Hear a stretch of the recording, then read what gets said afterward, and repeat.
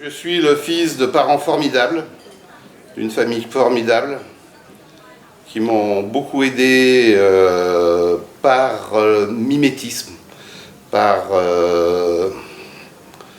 me montrant ce qu'il fallait faire, aussi bien le travail, le courage,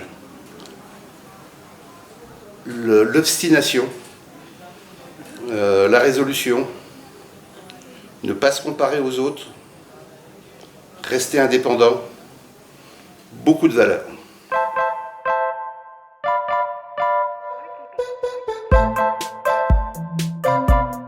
Je suis un paysan, j'habite un pays. J'ai devant moi tous les matins un paysage. Pour moi, je suis le plus heureux des hommes. J'ai une ambition. J'espère ne pas avoir de prétention par rapport à mon travail, par rapport à la représentation que je pense faire. En revanche, pour moi, ce qui est important, c'est que je ne suis qu'un maillon au milieu d'une chaîne.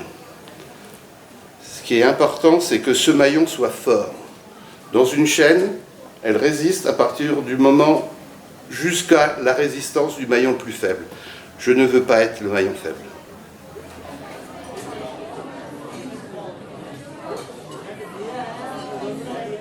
Le terroir est un individu. Le terroir est une personne. Le terroir est un équilibre.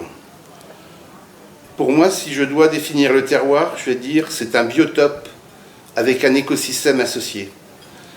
C'est-à-dire un biotope, la somme des éléments physiques qui caractérisent un lieu. Ce qui est physique, c'est la pierre. Ce qui est physique, c'est la pente. Ce qui est physique, c'est l'altitude. Ce qui est physique, c'est la longitude, la latitude, l'orientation. Ce sont des éléments physiques qui caractérisent un lieu de vie. Sur ce lieu de vie, il y a des individus, une société qui s'installe, qui vit en équilibre. Il y a des végétaux, des animaux, des micro-organismes, des macro-organismes, et tout ça, on balance. Il n'y a pas de dominant, il n'y a pas de dominé. Tout le monde sait qu'il a besoin de l'autre. C'est un pays neuf, c'est un lieu neuf. Moi, je suis peut-être extérieur. Ce que je ne veux pas, c'est être un colon, coloniser un terroir. Un colon, pour moi, c'est quelqu'un qui arrive d'un autre lieu, de très loin, et qui va imposer sa vision du lieu. Mais pourquoi il va imposer sa vision du lieu alors que ceux qui connaissent le mieux le lieu, c'est les personnes qui y sont nées et les personnes qui y vivent. Donc ce que je ne veux pas être, c'est un colon. Je veux proposer la vigne dans la société et demander si cette société-là veut accepter la vigne. Après, moi, c'est uniquement ça. Le centre du terroir, c'est pas l'homme. Le centre du terroir, c'est la balance. Le centre du terroir, c'est l'équilibre. Le centre du terroir, c'est la chaîne alimentaire. C'est ça qui doit se passer. Mon rôle, c'est de ne pas détruire. Les médecins, dans la médecine occidentale, ont le serment d'Hippocrate. Et la première ligne du serment d'Hippocrate, c'est en latin « primum nonne nocere », c'est-à-dire « premièrement, ne pas nuire ». C'est exactement ce que je veux faire. Il y a un pays extraordinaire, un lieu extraordinaire qui est un terroir, avec une société vivante dessus, et je ne veux pas nuire au terroir. Il y a des personnes qui parlent en français, non pas de terroir, mais de tiroir-caisse. C'est-à-dire en considérant qu'en utilisant le mot terroir, terroir, terroir, en fait, en marketing, ça fait venir de l'argent. Donc on peut voir le terroir au niveau économique. Il y a des personnes qui me disent « T'es un mauvais vigneron, tu vois. T'as vu ce que tu perds tous les ans? Tu perds 15% de ta récolte. » Économiquement, je veux bien le concevoir. Mais si je perds 15%, ça veut dire que pour moi, la nature me confie 85%. 85%, c'est énorme. Pourquoi, en plus des 85%, je vais dire « Non, non, je veux tout ». 15%, c'est peut-être ce qu'il faut pour qu'il y ait l'équilibre, pour conserver l'équilibre de cet écosystème, de ces individus vivants qui sont sur le lieu. Donc, je ne peux pas dire ce que je fais. En revanche, je sais ce que je ne veux pas faire.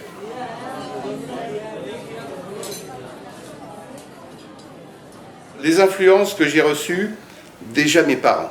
Ne regarde pas les autres. Regarde le chemin que tu prends, ne regarde pas le chemin que les autres prennent. C'est déjà une autre. L'influence, c'est mes études en Bourgogne. Mon influence, c'est ceux qui m'ont appris, c'est-à-dire mes professeurs, lorsque j'étais dans l'enseignement général, qui m'ont donné la passion pour pas la technique, pour les sciences, pour l'ingénierie, pour la biologie, pour la physique, pour la chimie, ça a une grosse influence. C'est ce qui a formé ma tête, qui m'a permis de pouvoir réfléchir à ma façon. La Bourgogne m'a beaucoup influencé, parce que c'est elle qui m'a appris qu'à chaque lieu pouvait avoir un goût différent. L'Espagne m'a beaucoup appris. En 1972, j'ai découvert des régions en Espagne qui étaient en retard par rapport à la France. Mais comme elles étaient en retard, j'ai vu l'origine, j'ai vu ce qui se passait en France 50 ans auparavant. J'ai vu des grandes réservats, j'ai vu des cathédrales de fûts. J'ai goûté en 1972 Vinat Andonia, grande réservat. Je suis allé en Andalousie. Je faisais l'éponge. Et cette absorption que j'ai pu faire, je ne l'ai pas restituée immédiatement, mais ça m'a donné mon bagage, ça m'a donné les éléments qui font qu'à un moment donné, je peux prendre... c'est un univers particulier. Après, il y a les éléments plus fins, c'est-à-dire que là, j'avais une vision transversale. Après, il y a des personnes qui m'ont fixé, qui m'ont ramené sur quelque chose d'un peu plus précis, comme Jean-Marie Pelt, comme Lydia et Claude Bourguignon, comme Jules Chauvet, comme et après des adeptes. Ça, je leur dois beaucoup. Actuellement, ceux qui m'inspirent, avec qui j'ai des choses. J'ai André Oestertag. C'est quand même quelqu'un qui est cérébral, c'est pas une injure. Mais avant que la main soit commandée, tout est déjà dans sa tête. Pour moi, c'est une grande leçon. Que la main, c'est un outil extraordinaire et qui est doué de beaucoup de sensibilité. J'ai Didier Barral, du domaine Léon Barral. J'ai la famille Valette dans le Val-de-Loire. Tout ça, ce sont des éléments, ce sont des phares qui brillent au loin et qui me donnent envie de faire des choses. On doit être des épanouisseurs. C'est-à-dire qu'on doit permettre que les individus dignes ou vains resplendissent. Surtout, il ne faut pas de modèle. Il ne faut pas dire, il y a une recette, et cette recette-là, je la suis tout le temps. Il faut tout le temps être mouvant. Je suis un butler. Je suis autant serviteur de la vigne, en essayant de ressentir le besoin qu'elle a, sans intervenir. Et la même chose pour le vin. C'est plus facile pour le vin pour moi que pour la vigne. Parce que pour la vigne, ce qui est compliqué, c'est qu'il y a deux éléments. Le caractère provient de deux choses. Il y a un caractère qui provient de l'endroit où la vigne vit, où la vigne est née et où la vigne vit, et également le caractère qui vient du climat de l'année, qui donne les maladies, qui donne des difficultés, mais qui donne également une identité, un caractère propre à l'année considérée. Trop travailler, c'est annuler une partie, soit les deux caractères, soit un caractère par rapport à l'autre. Et c'est ça qui est très difficile.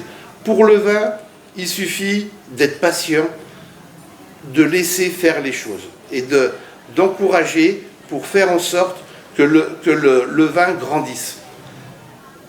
En Champagne, il y a un très vilain mot qu'on dit, c'est négociant manipulant, récoltant manipulant. Manipulant, c'est c'est manipulation, c'est un peu caché, j'aime pas ce terme. En revanche, vigneron éleveur, négociant éleveur, éleveur, ça veut dire aider le vin à grandir, aider le vin à devenir ce que lui a envie de devenir. Nous, on ne le modèle pas, on ne le construit pas, on ne le fait pas, mais on encourage à ce qu'il se redresse et ce qui s'exprime en disant moi je suis né là, moi je suis né dans telle année. Et ça, c'est une importance. La notion de travail, ce qui m'inspire beaucoup, c'est le Tao, c'est-à-dire le taoïsme. Le taoïsme considère qu'il n'y a pas, les extrêmes n'existent pas. Il n'y a pas de blanc, il n'y a pas de noir. La vérité, elle est au milieu. Ce qui compte, ce n'est pas une vérité, ce qui compte, c'est la voie, le chemin. Ce n'est pas une ligne, c'est une voie, c'est plus large. Dans le Tao également, il y a la règle du non-agir. C'est-à-dire que bien souvent, ne rien faire, c'est mieux que de faire.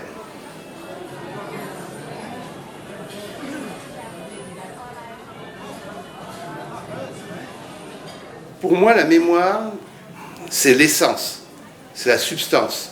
C'est l'élément le plus fin qu'on a emmagasiné. C'est l'être, et c'est pas l'avoir. C'est l'auxiliaire être, et c'est pas l'auxiliaire avoir. Il y a beaucoup de personnes actuellement qui veulent avoir. Avoir, c'est détenir. C'est comme ça. Être, c'est comme ça. La mémoire, c'est un point de repère, et c'est également quelque chose qui diffuse un être, une façon. Ma mémoire, c'est ma culture, c'est mes racines. C'est à chaque fois que je mémorise, j'enrichis mes racines.